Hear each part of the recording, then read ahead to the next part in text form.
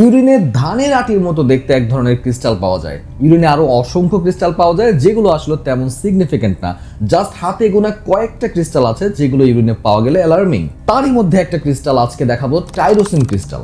এই ক্রিস্টালগুলো দেখতে yellowish brown অথবা এমন ব্ল্যাকিশ অথবা কালারলেস হতে পারে। এরা মূলত নিডল শেপড, অনেকগুলো ক্রিস্টাল একসাথে এরকম গুচ্ছ গুচ্ছ রোজেট অ্যারেঞ্জমেন্টে থাকতে পারে, আবার এমন ধানের আটির মতো শিফটস অ্যারেঞ্জমেন্টেও থাকতে পারে।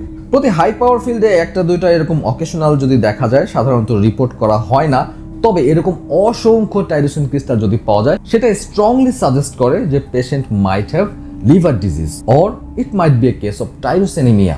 এটা জন্মগত এক ধরনের রেয়ার জেনেটিক ডিসঅর্ডার যেখানে শিশুর দেহে টাইরোসিন ব্রেকডাউন মেকানিজমের ডিফেক্ট থাকে। আমরা যে প্রোটিনটা খাই সেটা আসলে তৈরি হয় অসংখ্য অ্যামাইনো অ্যাসিড নিয়ে, সেই অ্যামাইনো অ্যাসিডের একটা হচ্ছে এই টাইরোসিন। এখন এই টাইরোসিন ব্রেকডাউনে যদি সমস্যা হয় তাহলে এটা বডির বিভিন্ন কোষের মধ্যে জমতে থাকে এবং ব্লাডেও এই টাইরোসিনের লেভেল বাড়তে থাকে, যে কন্ডিশনটাকে বলে টাইরোসিনেমিয়া।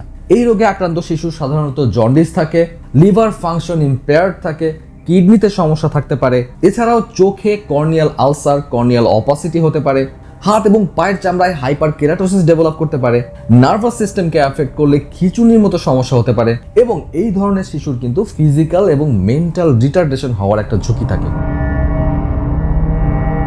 টাইরোসিনেমিয়া আসলে কিউরেবল না, অর্থাৎ সম্পূর্ণভাবে ভালো হয়ে যাবে এমন কোনো ট্রিটমেন্ট এর নেই, তবে স্পেশাল কিছু ডায়েট এবং মেডিকেশনের মাধ্যমে কিন্তু সুস্থ থাকা যায় এবং এর কমপ্লিকেশনগুলো কিন্তু এড়ানো সম্ভব।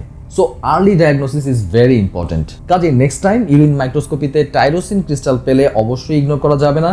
আজকে যে পেশেন্টের ইউরিন মাইক্রোস্কোপিতে ক্রিস্টালগুলো দেখালাম তার বয়স মাত্র 15 মাস। অলরেডি পেশেন্টের ডিটেইল হিস্ট্রি এবং রেলিভেন্ট ইনভেস্টিগেশন রিপোর্টগুলো চাওয়া হয়েছে। এগুলোর সাথে আমাদের ফাইন্ডিং কোরিলেট করে আমরা সংশ্লিষ্ট ডিপার্টমেন্টে অবশ্যই ইনফর্ম করব। হোপ একটা সঠিক ডায়াগনোসিস সম্ভব হবে।